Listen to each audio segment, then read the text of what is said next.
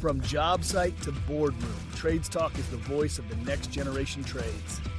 Hosted by Justin White, this show is your weekly dose of real talk, motivation, and strategy from the disruptors raising the bar in the trades. If you're building, scaling, or leading, this is your playbook. Welcome to TradesTalk.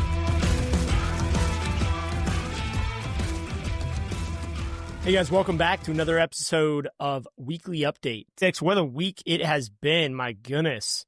I mean, obviously global political challenges that maybe don't affect our businesses as much, but we definitely are distracted. Our team's probably distracted. Our clients are distracted. Right now is a really hard time to get people to make decisions, to march forward with our goals, to try to get things accomplished because of the noise. The noise, ladies and gentlemen, is loud. Now, we're going into the halfway mark. Next week will be July 1st.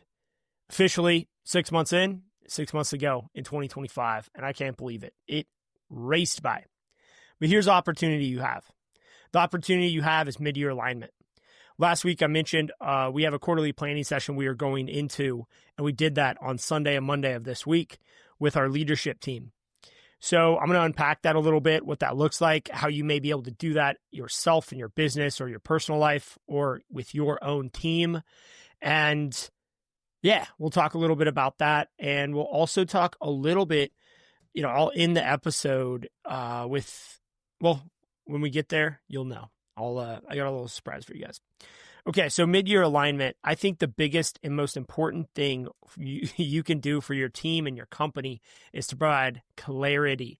For your team, we need to know where we're going, how we get there, what it's going to take, how long it's going to take, and what are the steps I need to do as a member of the team to make sure that my end is taken care of, that I do my job. Now, that last part is so important, that I do my job. I know what my job is. So many of us expect our team to just know what their job is and just show up and do it and work hard. But if you really get into the depth of a job description, you're going to see it covers this very small percentage of truly what the job requires and what the job is. And so much of what we do as a team is beyond just doing tasks. It's how we show up. It's what we say. It's how we say it. It's the fact that we care about our team or that we don't care about our team. People don't care how much you know until they know how much you care. So when you have a culture that's marching forward together, when you have a culture that's tied in around a common goal, your chances of success skyrocket. So that's what I want to talk about is this idea of mid-year alignment around clarity of the company. First off, how did we do? So many of us are afraid to share the results of a period of time or a mid-year check-in with our team because maybe the results aren't as good as we wanted them to be. Or maybe the results are so good, we don't want to share with the team how much money we made. It's so funny. I see this constantly from leaders. They want to water down the good days and they want to hype up the bad days, right? They want to make the bad days look not so bad and they want to make the good days look maybe not so good. And what you get is this really vanilla approach to leadership and success in a company. The truth is, a team that is truly desiring success, a team that is really aligned with your vision. They want to know how you're doing, but they want to know how they're doing. They want to know how we are doing collectively as a team. So the end of June is an opportunity to share those results. And maybe you can't share financial results on July 1st. I get it. You got to close the books, what have you. But as quick as possible, I want you guys to share with your team, how did the first 6 months go? What was the goal around client retention? What was the goal around profitability? What was the goal around leadership development or people development? What was the goal around team turnover? What was the goal around injuries and safety accidents? What was the goal around marketing and new leads? You get the idea. So what are your goals for 2025? And are you on track with those goals? What was your goals for quarter 2? And are you on track? And did you accomplish those goals? It's okay if you are literally failing at every single goal you set. In fact, I would argue that is totally okay and beneficial to talk about that. Because when you don't talk about that, you end up just repeating the same mistake over and over and over again. And that's why most businesses, they live the same 6 months for 30 years and then they retire. That's not what we want to do here on TradesTalk. That's not what we want to do inside the disruptors, right? We are trying to raise the bar every single day. And the only way you're going to raise the bar is by debriefing on the successes and failures you've had. So this mid-year alignment is so critical. It's so key to your success and your team's success. Now, some of the ways you can accomplish this is your, let's say, leadership planning session. So I'm going to break these planning sessions down, starting with the first and foremost, leadership planning session. If you don't currently have a leadership team, don't worry. That's something you can work on. But the idea is it's the top 3, 5, 7 people at the top of the organization. If you're a small company, maybe it's just you and one other.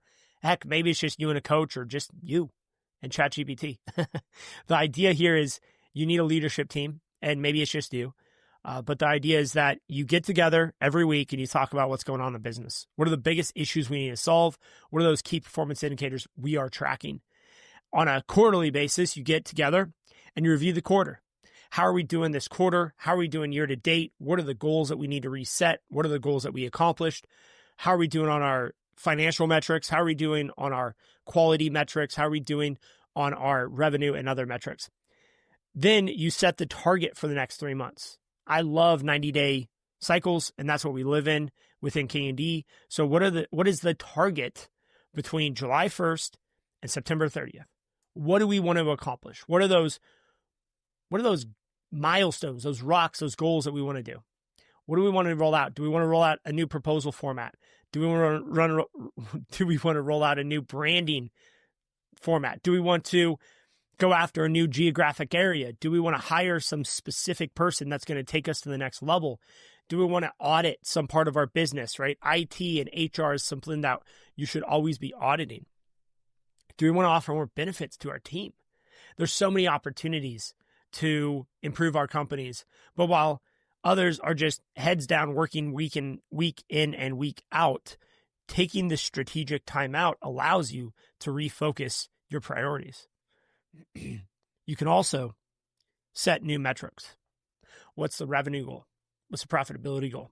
What's the labor variance goal? All of those goals you can reset at the end of the quarter and the beginning of the next. So, this leadership team meeting is really critical to set the direction and the intention for the company over the next 90 days.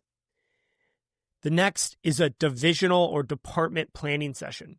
Let's say you have 2 departments in your team. You have construction and you have maintenance, pretty common in landscaping at least. I would have a planning session for construction and I would have a planning session for maintenance. I would also have a planning session for the sales team and a planning session for the support or admin team. Now, depending on how your team is broken up, how big you are, how small you are, etc., you can have more or less of these planning sessions. But the idea is that you have divisional or department level planning sessions that focus on the goals and the metrics and the targets for that department. After that, you roll into what I call the all hands planning session. Now, if you have 10 employees, bring your entire company into this. If you have 100 employees, maybe it's just your management team, your supervisors, production managers, project managers, and above. Maybe it's 20 or 30 of those individuals. You bring those into a room from 8 a.m. to, let's say, 2 p.m., 6 hours. You feed them breakfast, you feed lunch. And the goal of this planning session is to relay the information that was decided upon during the leadership planning session and during the divisional and departmental planning sessions. So you want to make sure that the goals are laid out very clearly to the entire team, all together. Everybody hears the same message from the CEO, from the divisional leaders, from the finance leader, from whoever else, the sales leader, whoever else is leaders in your organization. They all give a presentation. Now, that's not going to take 6 hours. What do you fill the rest of the time with? Well, you fill the rest of the time with team building exercises. And I don't mean like the old dumb team building exercises like trust falls and stuff. No, I come up with some creative stuff. We have done some really fun activities.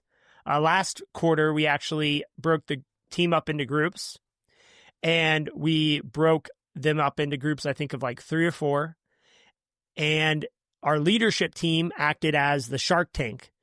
And the management team basically pitched on these company ideas that we gave them. And they were related to our industry, right? So one of the companies that we mocked up was a landscape lighting division.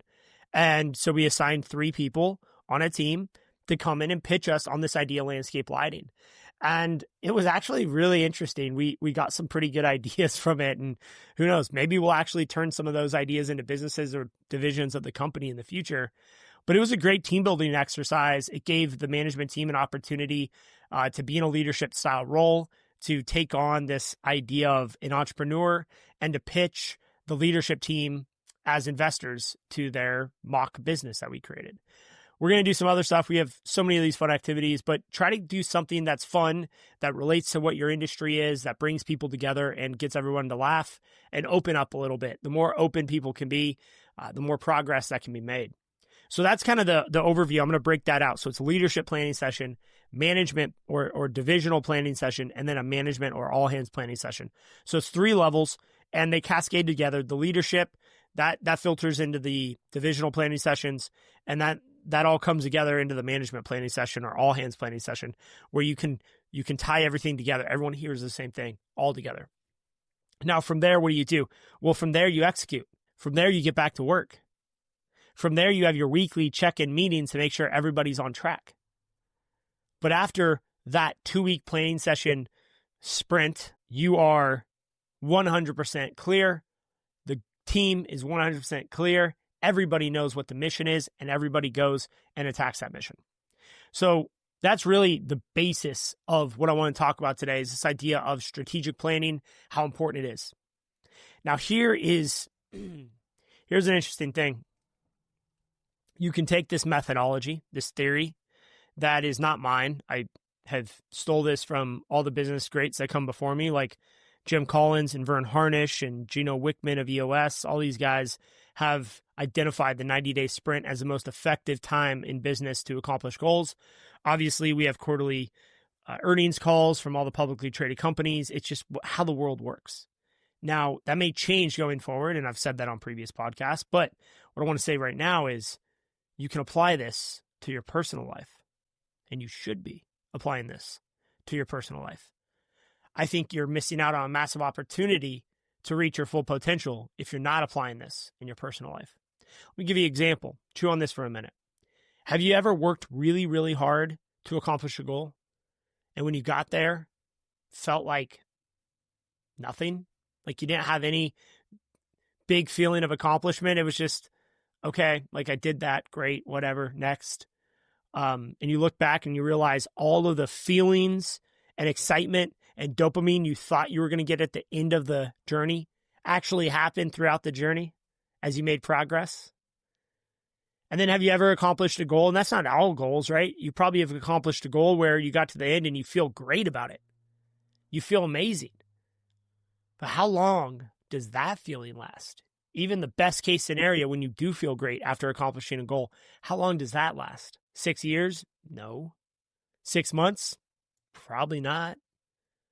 6 minutes? It's somewhere between 6 minutes and 6 weeks. But 6 weeks is about as long as that's going to last. And then it's just normal life. Progress, ladies and gentlemen, progress is happiness. That's why when billionaires become billionaires, they start giving away their money. They start new companies.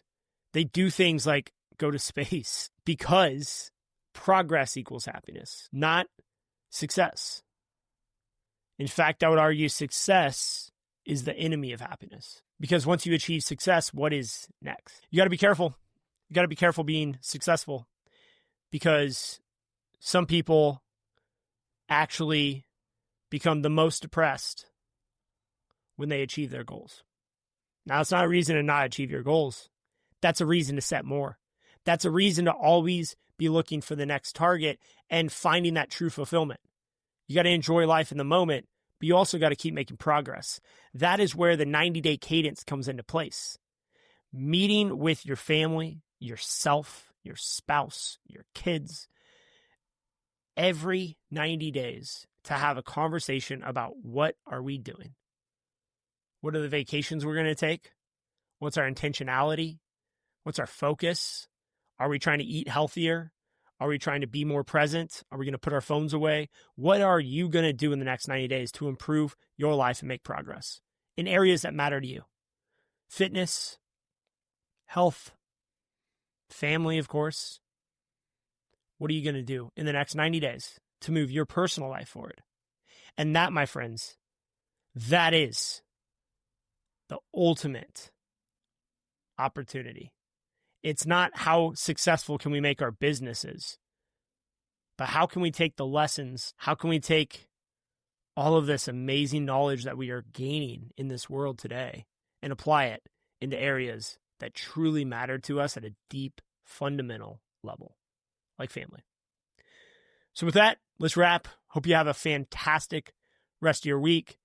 I will be back on July 3rd, the day before July 4th, dropping another episode on another weekly update. I hope you guys are doing fantastic. Hang in there. Let's keep rocking, keep raising the bar. See ya. Thanks for tuning in to Trades Talk, where the next generation of disruptors comes to raise the bar. If you got value from today's episode, share it with someone in the trades who's ready to level up. For more tools, insights, and community, follow host Justin White and join the movement at jwhitegroup.com.